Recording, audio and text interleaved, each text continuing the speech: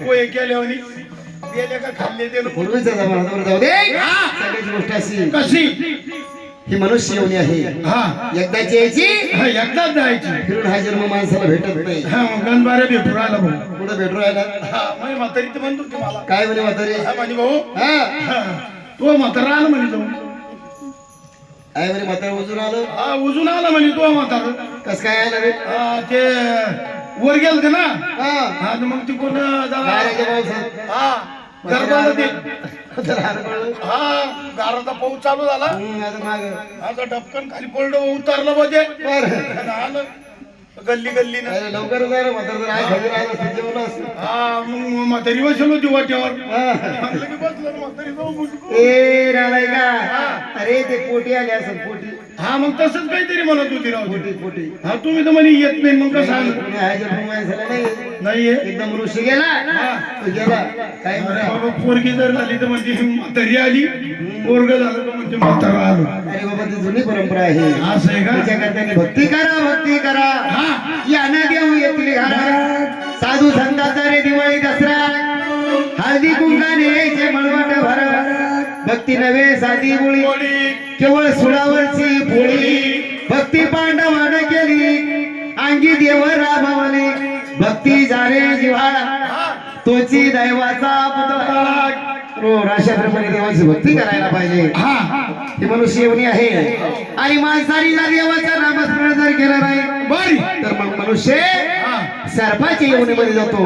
बापरे. आणि मग काय म्हणतो आपण याचं चांगलं तोंड हाना. कोण ठेसा ठेसा म्हणतो. कारण का मनुष्य येवणीमध्ये याने देवाचं नामस्मरण केलेलं नसतं आणि त्याच्यामुळे तो सर्पाचा जन्म भेटत असतो. असं आहे का? आणि मग पोटावरच घसडच काम. अरे बाप ते असंच घसडत चालत आहे ना. म्हणून याच्या करता भगवंताचं नाव घ्यायला पाहिजे. म्हणून काय सांगितलं? नामाविन मुख सर्पाचे ते भीड नामाविन मुख सर्पाचे ते भीड नामाविन मुख सर्पाचे नामाविन मुख सर्पाचे ते भीड.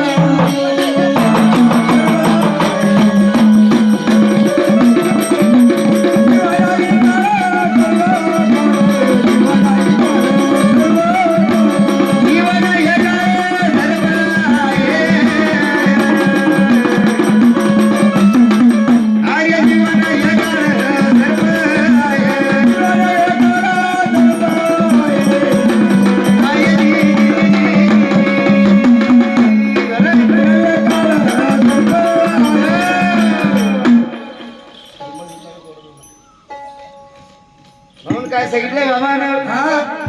नामाविना मुख सर्पाचे ते बिळ जीवन हे काळ सर्प आहे. माणसाच्या जीवनाचा काळ म्हणजे कोण आहे? सर्प आहे. सर्प आहे. केवढा जर मनुष्य असला आणि त्याने जर सर्प पाहिला तर मग तो काय म्हणतो? अरे बाप रे केवढा मोठा सर्प आहे. हे का नाही? म्हणून माणसाला त्याचं भे वाटतं आणि त्याला माणसाचं भे वाटतं. हे का नाही? म्हणून याच्याकरता मी नामाविन मुख सर्पाचे दिबिड जीवन हे काळ सर्प आहे. अजून काय सांगितलं? वाचनही लाभ सर्वायाचे जीवन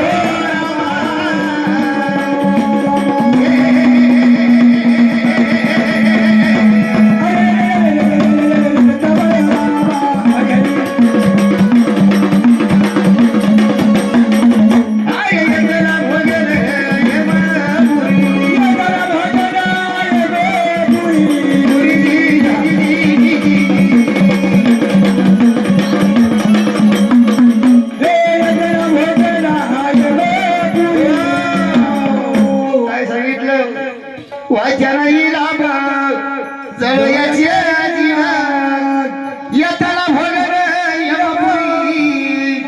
येताना भोगल यमपुरी. अरे ह्या मनुष्याला ते लोक घेऊन जातात आणि त्या ठिकाणी मग माणसाला येत भोग लावतात. यमाच्या दर्जामध्ये एक त्याला विचारतात बर अरे बाबा अरे मनुष्य एवढीमध्ये दिवसातून देवाचं नामस्मरण किती वाऱ्या करीत होता अरे मी रात्रंदिवसच मंदिरात पडेल हे.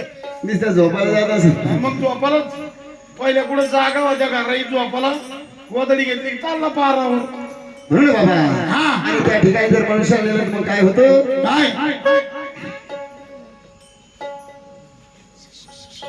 आणि कवियत ना यम करविला आणि कवियत ना यम करविला वनस्पतविना तेथे तुला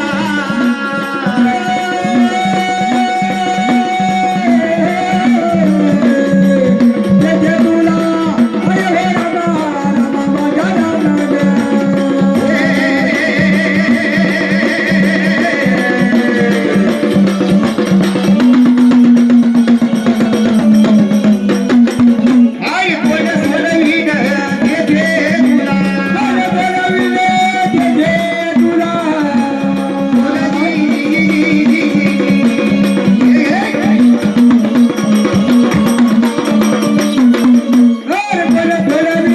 तेथे तुला